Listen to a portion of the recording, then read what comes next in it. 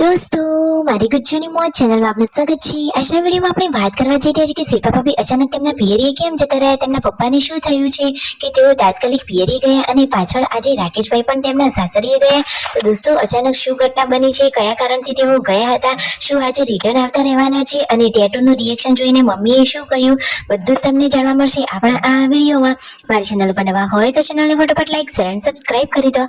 Full video in Thakor family blog channel દોસ્તો ફૂલ વિડીયોની link ડિસ્ક્રિપ્શનમાં મૂકેલી છે, ત્યાં જઈ તમે આખો વિડીયો વોચ કરી શકો છો। આવી ટૂંકી ટચોકડી લાઈવ લેટેસ્ટ ટ્રેન્ડિંગ માહિતી મેળવવા કરો મારી ચેનલને ફટાફટ સબસ્ક્રાઇબ।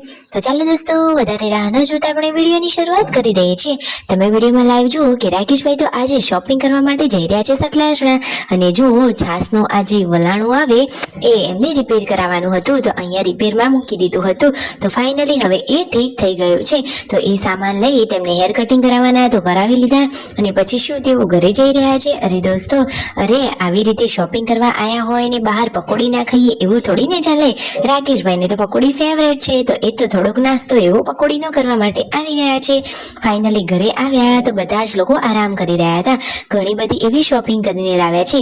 જુઓ સરસ મજાના એ તો મસ્ત એવા નાહવાના રૂમાલ લઈને આવ્યા છે, બચ્ચા પાટી થોડોક નાસ્તો, મિતાશ માટે તો સરસ મજાની લોલીપોપ અને તેમના મમ્મીએ જે ગમ્મર વલાણું રિપેર કરવા માટે આપ્યું હતું એ પણ કરાવીને લેતા આવ્યા છે।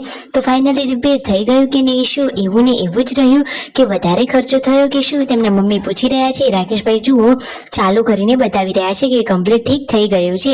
તો ફાઇનલી રિપેરિંગ કામ ઇઝ સક્સેસ। તો જુઓ મમ્મીને તો હવે મજા પડી જશે છાશ બનાવવાની। અને રણજીતભાઈ સંજયભાઈ હજુ સુધી કેમ નથી આવ્યા, ટેટુ દોરાવીને હજુ તેઓ ઘરે કેમ નથી આવ્યા, ક્યારે આવવાના છે? ટેટુ જોઈ તેમના મમ્મીએ, પાર્વતી ભાભી અને પૂનમ ભાભીએ શું કહ્યું? ફાઇનલી જુઓ રાકેશભાઈને તો હવે જમવાનો ટાઈમ મળ્યો છે, કારણ કે તેઓ ગયા હતા બજારમાં તો મોડા આવ્યા હતા, તો હવે તેઓ જમવા માટે બેસી રહ્યા છે। સાંજના ટાઈમે બધા લોકો સરસ મજાનો ચા નાસ્તો કરવા માટે બેઠા છે। મિતાંશ તો કેવું રમી રહ્યા છે, કાકાનો તો લાડકો ભત્રીજો છે। તો ફાઇનલી બધા ચા નાસ્તો કરવા અહીંયા બેસી ગયા છે અને રાકેશભાઈ તૈયાર થઈ અને તેમના સાસરીએ જવા માટે નીકળી રહ્યા છે। તો રાકેશભાઈ અત્યારે અચાનક કેમ તેમના સાસરીએ જવા માટે નીકળી રહ્યા છે, સાંજના ટાઈમે તેઓ કેમ નીકળ્યા જુઓ। અને આ છે રાકેશભાઈના સાસુમાં, તો જુઓ યશુ તો દાદીમા જોડે મસ્તી કરી રહી છે અને આ શિલ્પા ભાભીના પિયરનું ઘર છે।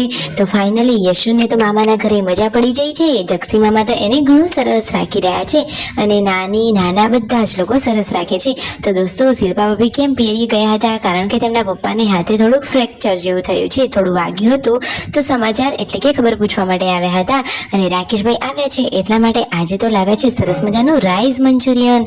તો જમતી વખતે પણ બધા લોકોએ ખાધું અને રાત્રે વાતોચીતો કરી અને 12 વાગે પણ જુઓ મંચુરિયનનો નાસ્તો કરવા માટે બેસી ગયા છે।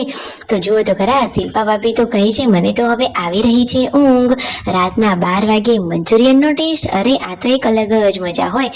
આખો દિવસ આવો સરસ ગયો, લાઈક શેર એન્ડ સબસ્ક્રાઇબ।